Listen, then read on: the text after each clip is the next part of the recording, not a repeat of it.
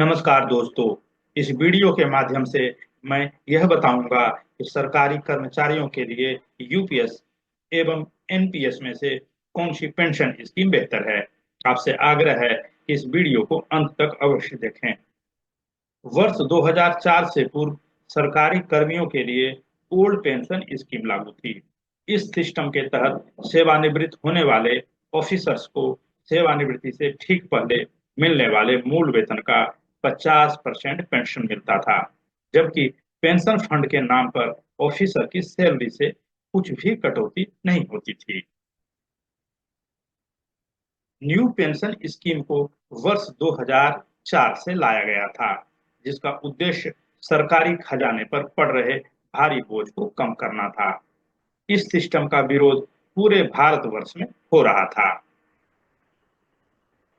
अतः भारत सरकार के द्वारा यूनिफाइड पेंशन स्कीम अर्थात नई पेंशन योजना की घोषणा 24 अगस्त 2024 को की गई है, जो 1 अप्रैल 2025 से प्रभावी होगी। अब समझते हैं यूपीएस एवं एनपीएस के बीच के अंतर को। यूपीएस के तहत केंद्रीय कर्मचारियों को निश्चित पेंशन मिलेगी। यह उनकी रिटायरमेंट से पहले के 12 महीनों की औसत बेसिक सैलरी का आधा होगी, जबकि एनपीएस में पेंशन की रकम बाजार के रिटर्न पर निर्भर होती है, क्योंकि बाजार के रिटर्न में उतार चढ़ाव होते रहता है।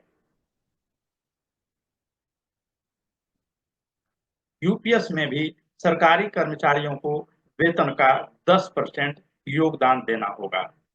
एनपीएस में पहले से ही सरकारी कर्मचारी वेतन का 10% योगदान दे रहे हैं।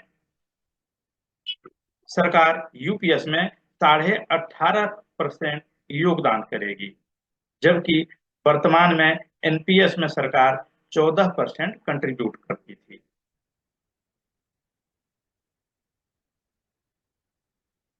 यूपीएस के तहत 25 साल की सर्विस के बाद कर्मचारियों को फिक्स पेंशन और एक मुफ्त रकम मिलेगी। साथ ही पेंशन में महंगाई दर के हिसाब से इजाफा भी होगा, जबकि एनपीएस में कई कर्मचारियों को नाम मात्र की पेंशन मिल रही थी। यूपीएस में पेंशन पारिवारिक पेंशन और न्यूनतम पेंशन की गारंटी है, जबकि एनपीएस में निश्चित पेंशन नहीं थी। 10 साल की सेवा के बाद यूपीएस में न्यूनतम 10,000 की पेंशन की गारंटी होगी, जबकि एनपीएस में ऐसा कोई प्रावधान नहीं था।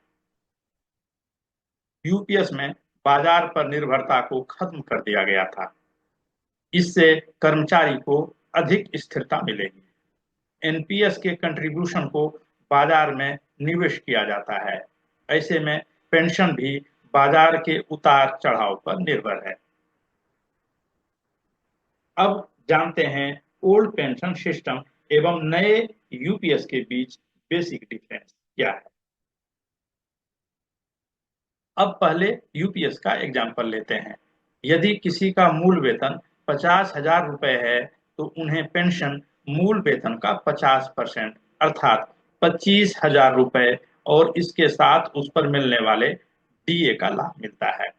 लेकिन अगर यूपीएस जो नया सिस्टम है, उसमें यदि किसी का मूल वेतन 50,000 रुपए है, तो उन्हें पेंशन का मूल वेतन का 50% अर्थात 25,000 और डीआर मिलेगा। मतलब दोनों एक समान है।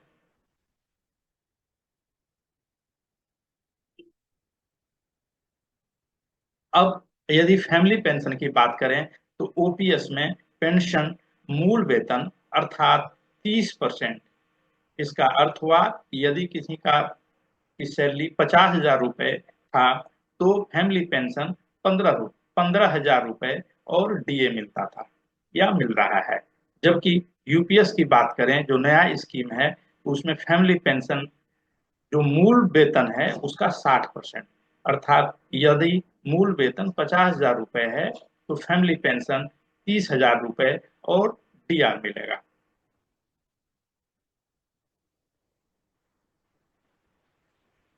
यूपीएस में न्यूनतम पेंशन 9,000 रुपए और डीए मिलता है, जबकि यूपीएस में न्यूनतम पेंशन 10,000 रुपए और डीआर मिलेगा। यूपीएस के अन्य फायदे के बारे में अब हम बतलाते हैं। सरकार यूनिफाइड पेंशन स्कीम के तहत दी जाने वाली तीनों पेंशन को मुद्रास्फीति के हिसाब से एडजस्ट करेगी। इसका मतलब यह हुआ कि महंगाई के हिसाब से सुनिश्चित पेंशन, पारिवारिक पेंशन और न्यूनतम पेंशन को बढ़ाया जाएगा। सरकारी कर्मचारियों की पेंशन औद्योगिक श्रमिकों के लिए अखिल भारतीय उपभोक्ता मूल्य सूचकांक अर्थात AICPI-IW पर आधारित होगी, जो सेवारत कर्मचारियों के लिए प्रावधानों के ही समान है।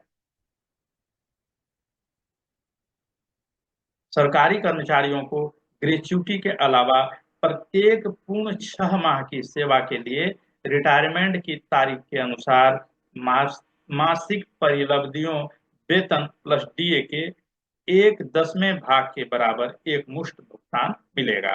यह सुनिश्चित पेंशन अतिरिक्त राशि मिलेगी।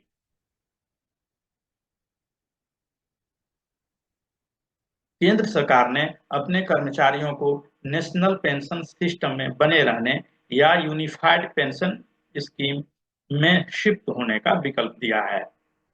रिटायरमेंट के बाद एनपीएस या यूपीएस में विकल्प चुनने का मौका एक ही बार मिलेगा, जिसे बाद में बदलना संभव नहीं होगा।